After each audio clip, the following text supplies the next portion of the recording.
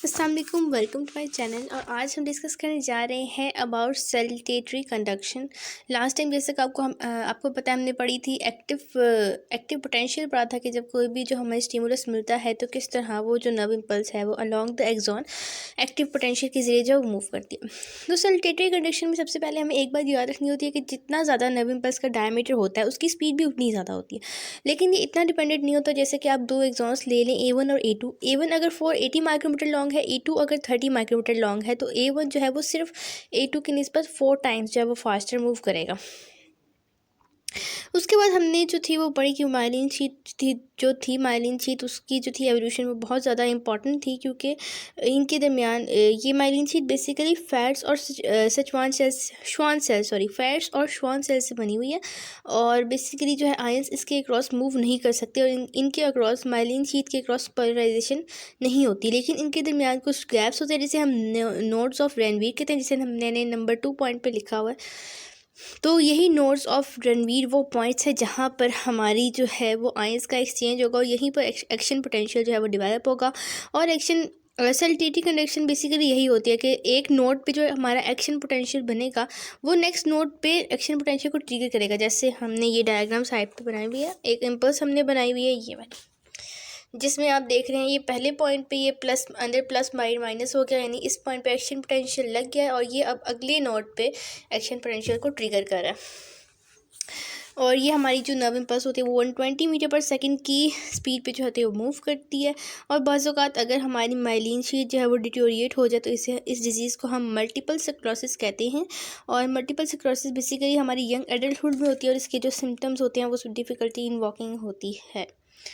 Okay, तो आगे उसके बाद हम न्यूरोट्रांसमीटर के बारे में डिस्कस कर सकते हैं। दरअसल हमारी ये जो होती है नर्व इम्पल्स, इसके जो एंड पे एक एक्सॉन होता है, नॉब लाइक स्ट्रक्चर होता है, इसके अंदर कुछ वेसिकल्स होती है, जैसे मैंने 8 पॉइंट पे बनाया हुआ है। ये जो एंड पे एक्सॉन है नर्व इम्पल्स के, इसके अंदर जो गोल गोल है वो इसके अंदर वेसिकल्स हैं और उन वेसिकल्स के अंदर न्यूरोट्रांसमीटर हैं जिन्होंने कि हमारे टारगेट सेल पे रिलीज़ होना है और इन्हीं ने बेसिकली हमारा एक्शन जो है वो परफॉर्म करना है अकॉर्डिंग टू द स्टिमुलस। तो ये जो हमारा है साइनेप्टिक लेफ्ट, ये देखिए यहाँ से हमारा स्टिमुलस आएगा, यहाँ अक्रॉस द एक्सॉन मूव करेगा और ये हमारी जो है वो नॉब लाइक स्ट्रक्चर है जिसके अंदर ये हमारे गोल गोल वेसिकल है और इनके अंदर न्यूरोट्रांसमीटर है। ये जो है वो रिलीज़ होंगे। ये हमारा छोटा सा लेफ्ट का पार्ट है जिसे हम साइनेप्टिक लेफ्ट कहते हैं और इसका डायमीटर हमारा 20 to 50 नैनोमीटर होता है। ओके, और फिर हमारा जो है वो न्यूरोट्रांसमीटर यहाँ से लेफ्ट पे टारगेट सेल पे आता है और हमारा एक्शन जो है वो परफॉर्म हो जाता है। और ये जो हमारे साइनेप्स ये जो हमारे नर्व इम्पल्स का आखिरी हिस्सा और जो टारगेट सेल, इनका जो जंक्शन है, ये जो जुड़े हुए हैं, इन्हें हम इस पार्ट को हम साइनेप्स कहते हैं, in junction of neuron and the target cell, और इनके दरमियान जो छोटा सा गैप है उसे लेफ्ट कहते हैं। अब जो है वो न्यूरोट्रांसमीटर कैसे हमारे रिलीज़ होते हैं, उसके लिए हमारे जो है वो बेसिकली कैल्शियम आयंस इन्वॉल्व होते हैं।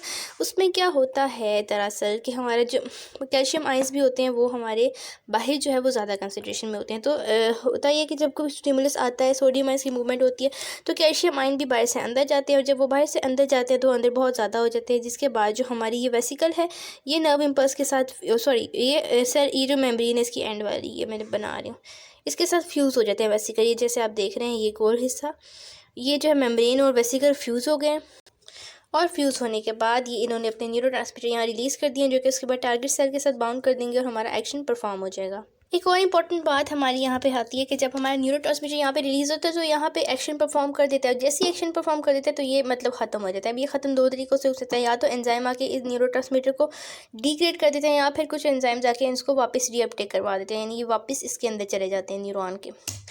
क्योंकि फ़र्ज़ करें अगर कोई मसल कंट्रैक्शन होनी है किसी भी पॉइंट पे तो ये न्यूरोट्रांसमीटर आगे मसल कंट्रैक्शन कराएंगे, तो लेकिन जब ज़रूरत ख़त्म होगी तब तो ये ख़त्म हो जानी चाहिए ना, वरना तो कंटिन्यूस कंट्रैक्शन वो मसला कर देगी। ठीक है, तो इसलिए जो है न्यूरोट्रांसमीटर इन दो मैकेनिज़्म रीअपटेक या फिर डिग्रेडेशन के ज़रिए जो है वो अपना फंक्शन करके ख़त्म हो जाते हैं। उसके बाद हम जो है डिस्कस कर लेते हैं ड्रग्स के एक्शन को।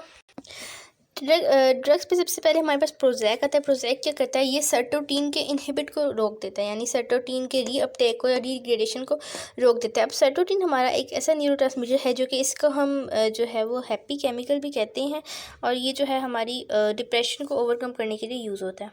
तो जब ये प्रोजेक्ट जो है वो इसके रीअपटेक को रोकेगी तो ये जो है कंटिन्यूस एक्शन परफॉर्म करेगा, और इस तरह जो हमारा बैड मूड है वो गुड मूड में जो है वो बदल जाएगा। इसी तरह का हमारा एक और ये कोकेन है, इसको अपने वेरी फेमिलियर होंगे, आप सभी बहुत सुना होगा आपने नाम। तो कोकेन जो है वो क्या करता है, वो डोपामिन की रीअपटेक या फिर डिग्रेडेशन को रोकता है, इसको मतलब यहीं पे रोक लेता है, यहाँ पे इसको वापस अंदर नहीं जाने देता। इससे क्या होता है कि इसका कंटिन्यूस फंक्शन डोपामिन का क्या होता है, इसका भी सेम वही कि ये जो है हमारी डिप्रेसिव मूव को जो है वो ठीक कर देता है। और ये बेसिकली हमारा डोपामीन जो है वो लिम्पिक सिस्टम जो है वो हमारा डोपामीन रिलीज़ करता है। लिम्पिक सिस्टम वही होता है खुशी और मुतमईन इनकी कैफियत को जो है वो मेंटेन करने के लिए। उसके बाद हमारा एम्फेटामिन आ जाता है, वो भी सेम एज कोकेन है, ये भी जो है वो डोपामीन की रीअपटेक को रोकता है। अब इसमें एक फ़र्क इन दोनों में आ जाता है, दोनों डोपामीन की रीअपटेक को रोकने हैं, लेकिन एम्फेटामिन जो है वो मज़ीद डोपामीन की रिलीज़ करने का भी बायस, ये तो सिर्फ जो है उसको वापस जाने से रोक रहा है, ये ना सिर्फ वापस जाने से रोक रहा है बल्कि मज़ीद डोपामीन को भी रिलीज़ करवा रहा है। तो ये बेसिकली इन दोनों में फ़र्क था। और फिर इसका भी फिर वही फंक्शन आ जाएगा कि जो है वो लिम्पिक सिस्टम को जो है वो मेंटेन करता है। फीलिंग ऑफ सेटिस्फेक्शन, इसको हम यूफोरिया भी कहते हैं। बेसिकली यूफोरिया का मतलब ही होता है फीलिंग ऑफ सेटिस्फेक्शन। एंड पे हम जो है वो मैरिजुआना के बारे में डिस्कस कर लेते हैं। मैरिजुआना बेसिकली CB1 रिसेप्टर्स के साथ बाइंड कर जाती है, जिसकी वजह से हमारी जो है एपिटाइट जो है वो ठीक ठाक रहती है। लेकिन अगर CB1 रिसेप्टर को ब्लॉक कर दिया जाए तो हमारी एपिटाइट जो है वो बहुत ज़्यादा डिक्रीज़ कर जाती है। उसके बाद हम एक न्यूरोट्रांसमीटर हमारा बहुत इंपॉर्टेंट है एसिटाइलकोलिन, इसकी बात कर लेते हैं। दरअसल हमारे न्यूरोट्रांसमीटर का एक्शन जो है वो डिफरेंट जगहों पे डिफरेंट होता है। जैसे हम एसिटाइलकोलिन की अगर बात करें तो अगर ये नॉर्मल मसल सेल में होगा तो उसकी कॉन्ट्रैक्शन करेगा, और अगर ये हार्ट मसल में होगा तो वहाँ पर जाके ये जो है वो कॉन्ट्रैक्शन नहीं करता, कॉन्ट्रैक्शन को रिलीज़ कर देता है, ठीक है। और हमारे जो ब्रेन है उसके दो वेरी इंपॉर्टेंट न्यूरोट्रांसमीटर है। ये वेरी इंपॉर्टेंट शॉर्ट क्वेश्चन होता है हमारे सेल बायोलॉजी के पेपर में। जो हमारा एक्साइटरी न्यूरोट्रांसमीटर है वो ग्लूटामेट है, जो हमारे ब्रेन को एक्टिव रखता है। और ये गाबा गैमा अमाइनो ब्यूटारिक एसिड हम इनहिबिटरी जो है वो न्यूरोट्रांसमीटर है। और वेलियम आके जो है वो गाबा को बाइंड करके इसको जो है वेलियम जो है वो इसको इन्हेंस कर देते हैं, यानी ये जो है इनहिबिटरी एक्टिविटी को इन्हेंस कर देता है, जिसकी वजह से हमारा ब्रेन सो जाता है, हमें नींद आ जाती है। और ये वेलियम इसकी दवाई है, नींद की दवाई होती है।